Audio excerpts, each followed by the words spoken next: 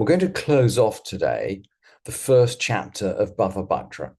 And we began the chapter by talking about partners in a courtyard.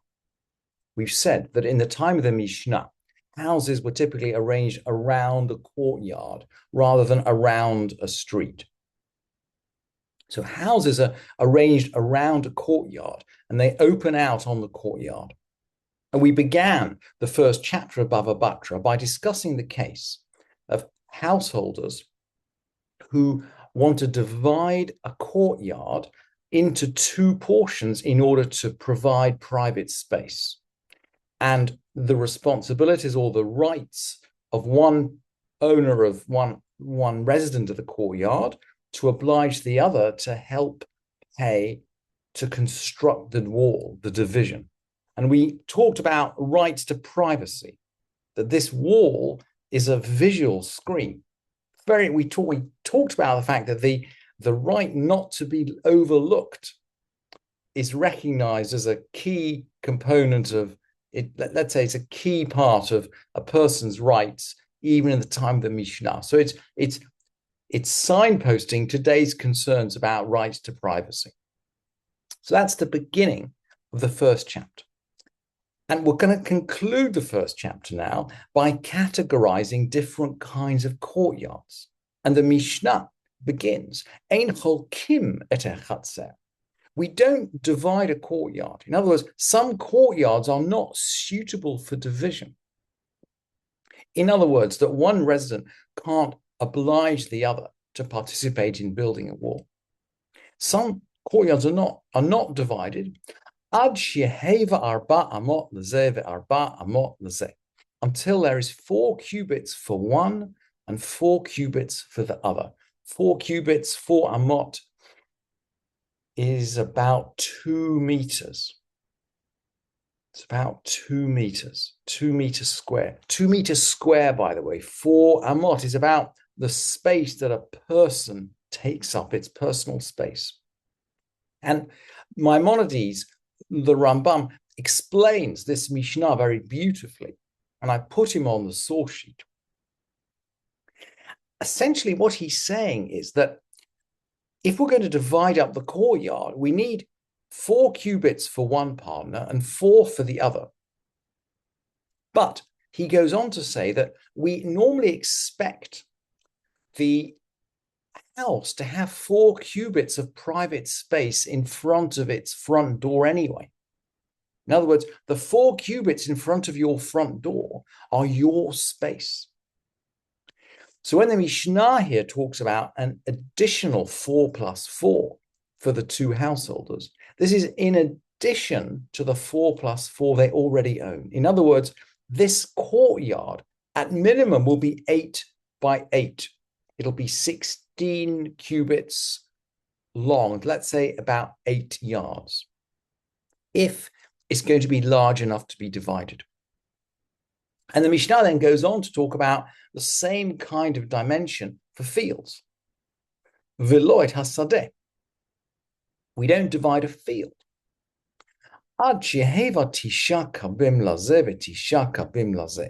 We don't divide a field until it has 9 coves for one and 9 coves for the other. A cove is a measure of volume. It's about a liter, so that will be a quarter of a gallon. The Mishnah, so we're talking about 9 coves, so 2 gallons. Why are we talking about a measure of volume to measure a field? Well, the Mishnah thinks about fields in terms of the acreage that will be required to sow a certain volume of seed. So in other words, the field of 9 coves, 2 gallons, is the kind of field in which you would sow 2 gallons of seed. And in terms of the discussions in the Gemara, it comes down to about a half an acre. So we could say a field of 9 coves is basically a half-acre field. So it's not a very big field. And the Mishnah says, Ad sheheva tisha kavim lazeh v'tisha kavim lazeh. In other words, 9 acres for half an acre for one, 9 coves, and half an acre for the other. And this seems to be the minimum quantity of land that makes a viable small holding. In other words, the 4 cubits in the courtyard, outside the 4 cubits that just belong to the front door, the 4 cubits in the courtyard are the minimum viable quantity of space for a person to take possession of. The 9 covs, the half acre, is a minimum viable quantity of land for someone to farm. And Rabbi Yehuda comes in and says, Rabbi Yehuda Omer, Tisha chatzei kabim lazeh, Tisha chatzei kabim lazeh. Rabbi Yehuda says, no, we've got 9 half covs for one and 9 half covs for the other. And Maimonides explains that he doesn't disagree with the first opinion in the Mishnah, but he's coming from a place which is more fertile. And you don't need to sow a half acre to get the kind of produce that represents one small holding. So he's coming from a more fertile place where a small holding could occupy a smaller acreage.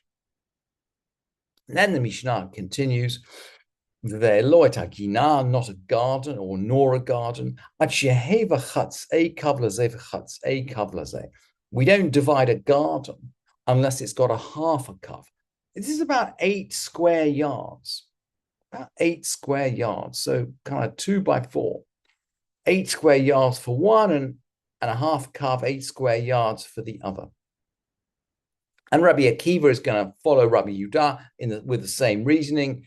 He says it's a quarter cov. Uchativre Rabbi Akiva beit rova. Rabbi Akiva says a quarter cov. Where Rabbi Akiva lives, apparently gardens are more productive. And the Mishnah then continues. Lo et hatraklin velo et hamoran. We don't divide a dining hall or a moran. A moran might be another kind of hall. That's what the Batra says. But Jastrow says it's a compartment. It's an area of the house. And it's the same idea. The minimum quantity for a viable small holding is a half an acre. And we're going to think about, well, what is the minimum size for a dining hall or a compartment in a house? Lo et hatarklin velo et hamoran velo et hashuvach, and not a dovecot.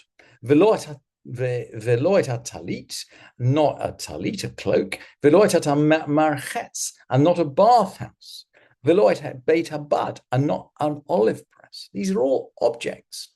Ad shehevahen kadei lazeh v'chadei lazeh, until they're sufficient for one and the other. And most printed editions of the Mishnah come in with a general principle, which is missing from our Kaufman manuscript. I've just put it in italics, but it's an incredibly useful summary of what the Mishnah is saying, whether it's original or not. Zehaklal, this is the principle. Kol sheyechalek ushmo alav holkim. Something which you can divide and is called by the same name. In other words, if you can divide it and it retains its identity, if a hall is big enough to be divided into 2 halls and they're still halls, if a compartment is big enough to be divided into 2 compartments and they're still compartments, if a bathhouse is big enough to be divided into 2 and they're still called a bathhouse, then they're divisible. And the Mishnah then goes on to say this part is not in dispute. Eimatai, when does this work? Bisman she'ein shnehem rotzin, when the partners do not agree. When they don't agree. If it's big enough to divide, one partner can force the other. When it's big enough to divide, one partner can force the other. Aval bisman sheshnehem rotzin, at a time when both of them agree, afilu pachot miken yachaloku, even if they both agree, they can divide it up, even if it's smaller. So these definitions about minimum sizes apply in a situation where one partner wants to divide and the other partner doesn't. And if it is large enough to divide, one can force the other to divide and to contribute to the partition. So with property. But it seems not with a sacred text. Vechitvei HaKodesh, and with sacred writing. Afal pi sheshnehen rotzin, even if both of them agree, both of them want to divide it up. Maybe they've got a Sefer Torah, and there are five of the Chumashim written on it, and one of them wants Bereshit, and the other wants Shmot. Maybe a third person wants Vayikra. Kitvei HaKodesh, afal pi sheshnehen rotzin, even if they both wish to divide it, lo yachaloku, they cannot divide it. There is something special. There is something unique about the about the integration of Kitvei Kodesh. I wanted to say integrality, but I'm not sure that's an English word. Something about the unity, that you cannot cut off the beginning of a text from the end of a text. We look at the whole text. And even if both partners want to split it up, we don't agree. We don't agree. You cannot cut Kitvei Kodesh into two. We look at the whole text.